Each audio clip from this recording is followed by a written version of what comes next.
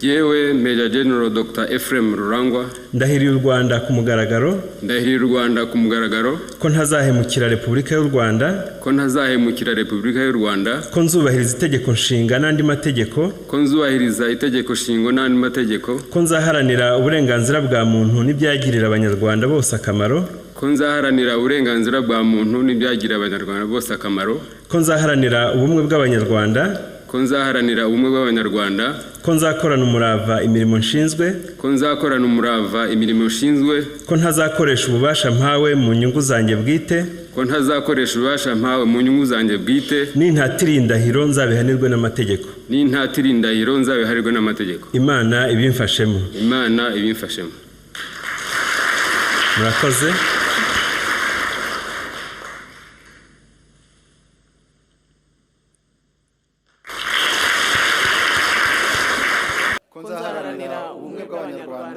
ko nzakorana umurava imirimo nshinzwe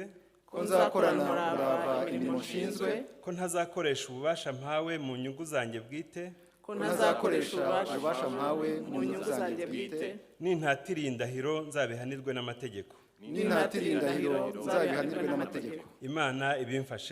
Imana ibimfashemo murakoze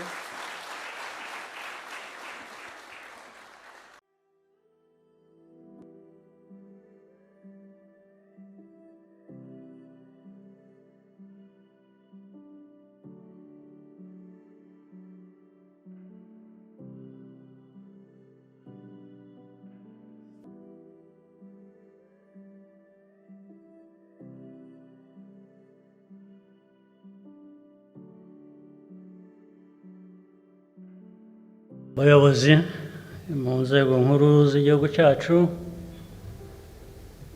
banyacyubahiro mwese muteraniye hano,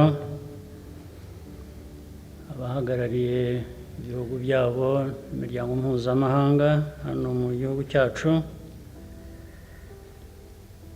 nagira ngo mbanze mbasuhuze, mwaramutse, mwiriwe, muraho.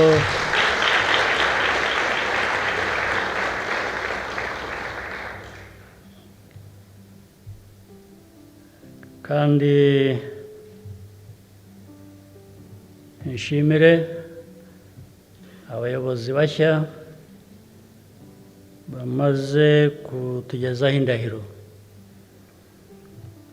Hari Olivier Nduhungirehe, Yusufu Murangwa, Konsolo Uwimana, Mutesi Rusagara, Olivier Kabera, Aimable Habuyaremye, Angelique Habyarimana, Major General Ephraim Rurangwa, Brigadier General John Nkurikiye.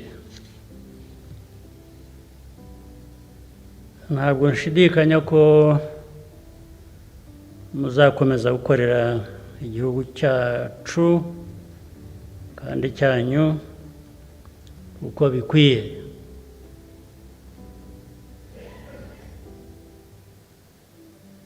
Muhagarariye inzego zitandukanye, nubwo ariko byumvikana inshingano mufite nkuru ni ukurengera inyungu z'abanyarwanda bose nta kurobanura.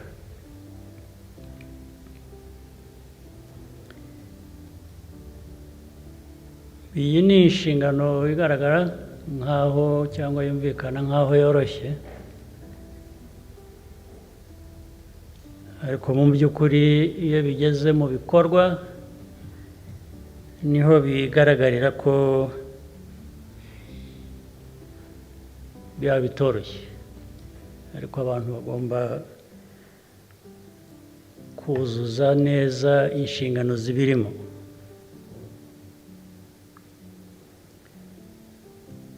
Kuyobora habamo gutanga urugero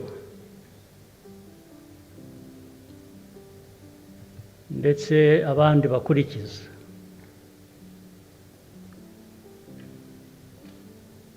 uhereye ku buyobora ariko n'abandi muri rusange, cyane cyane abakiri bato, bo bakura bate, baba bareba iki, bumva bate imikorere uko ikwiye kuba imeze. Kandi muri izo nshingano habamo gufata ibyemezo, muba mukwiye gufata ibyemezo kandi bihwitse, bizima, kuko bishoboka. Umuyobozi utagira aho afata ibyemezo aba yujuje bikeya mu nshingano aba afite. Ibyo ndetse byashoboka kuzuza inshingano z'ibintu wumva, z'ibintu ukwiriye kuba ukora, bikwiriye gukorwa vuba bitagombye gutegereza, kuko ntabwo byakumvikana keretse hari igituma ugomba gutegereza. Icyo nacyo abantu barakimenya. Ntabwo byaba ko abayobozi gukora imirimo yabo bahora bibutswa buri gihe, kwibutswa, ndetse bikaba nk'aho abayobozi bumva ko hari abashinzwe kubibutsa gukora ibyo bakwiye kuba bakora. Ntabwo ukwiriye kuba utegereza kwibutswa gukora ibyo ushinzwe, ariko biraba kenshi.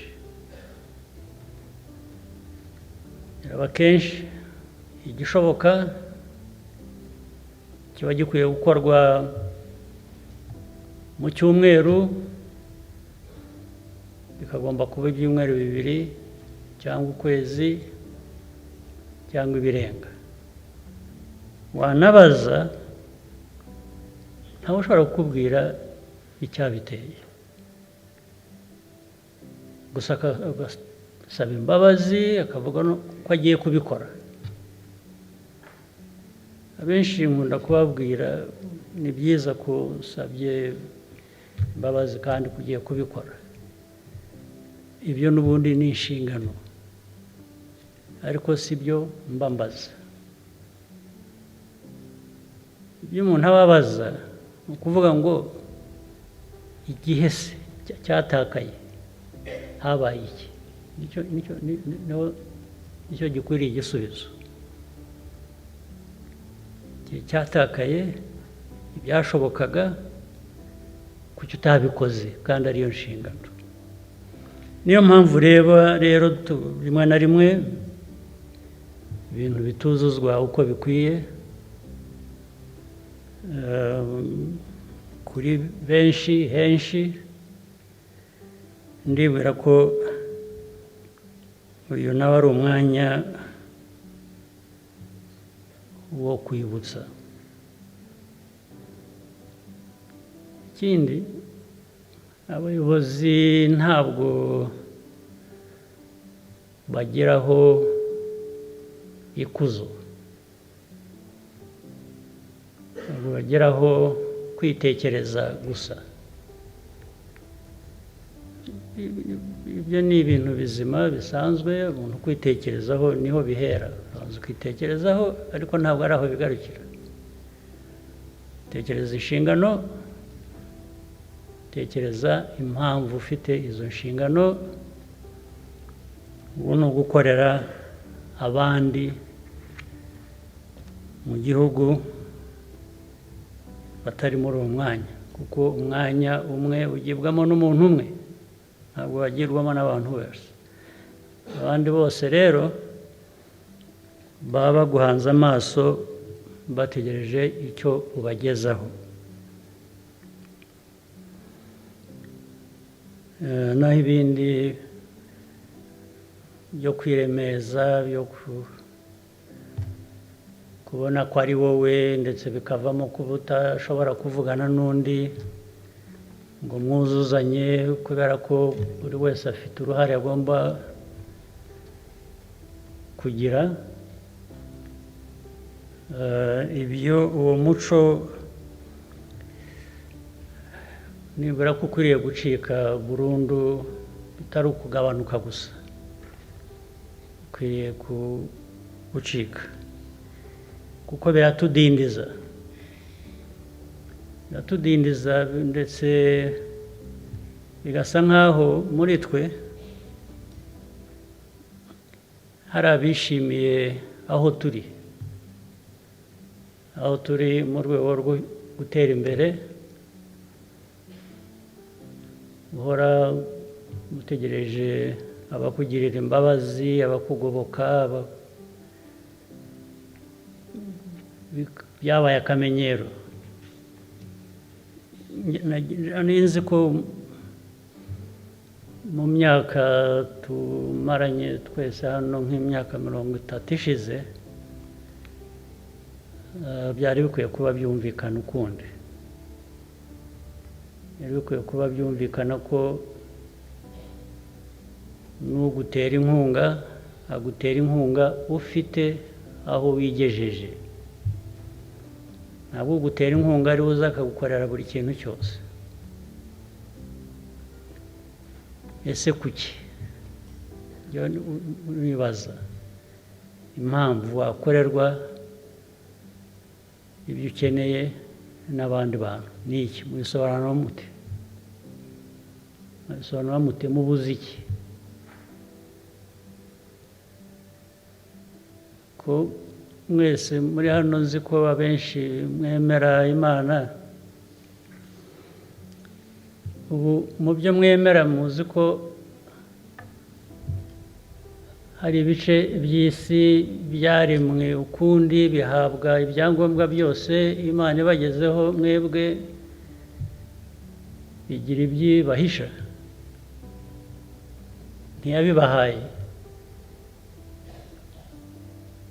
Mwagiye mubyibaza igihe cyose muri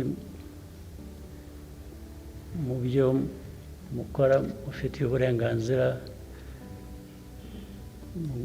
mujyamo buri munsi, mujye mubikoresha kwibaza. Iyo Mana mwambaza musenga buri munsi igihe cyose, wibwira ko icyo yakwimye ari iki? Yabimye iki mwebwe nk'Abanyarwanda? We yaguha ubwenge, ikaguha abenshi ubuzima bwiza, ikabaha buri kintu cyose, ikabaha n'igihugu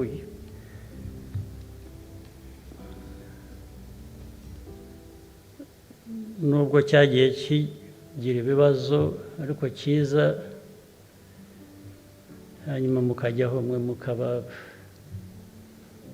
abantu biyima kugera ku byo buri munsi muvuga kandi mushaka kugeraho. Gute? Mwaba muri bantu ki mwebwe? Bigenda gute? Iyo bigeze aho rero niho nta muntu umwe kamara. Ugiye mu mwanya w'ubuyobozi ntabwo ari we wireba gusa, uriho kubera impamvu, kandi hashoboraga kujya n'undi uwo ari we wese. Abanyarwanda ni benshi, jya wibaza aho uri ko hashoboraga kujya n'undi. Bitume rero gukoresha ibyo ufite, ibyo ushoboye, gukora ibintu bizima bigera ku nyungu z'abandi bose.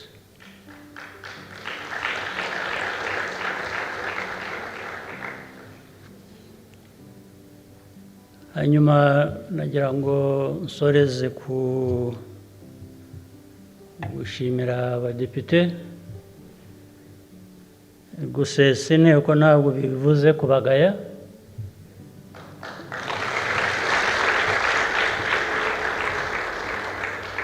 Ni igihe tugezemo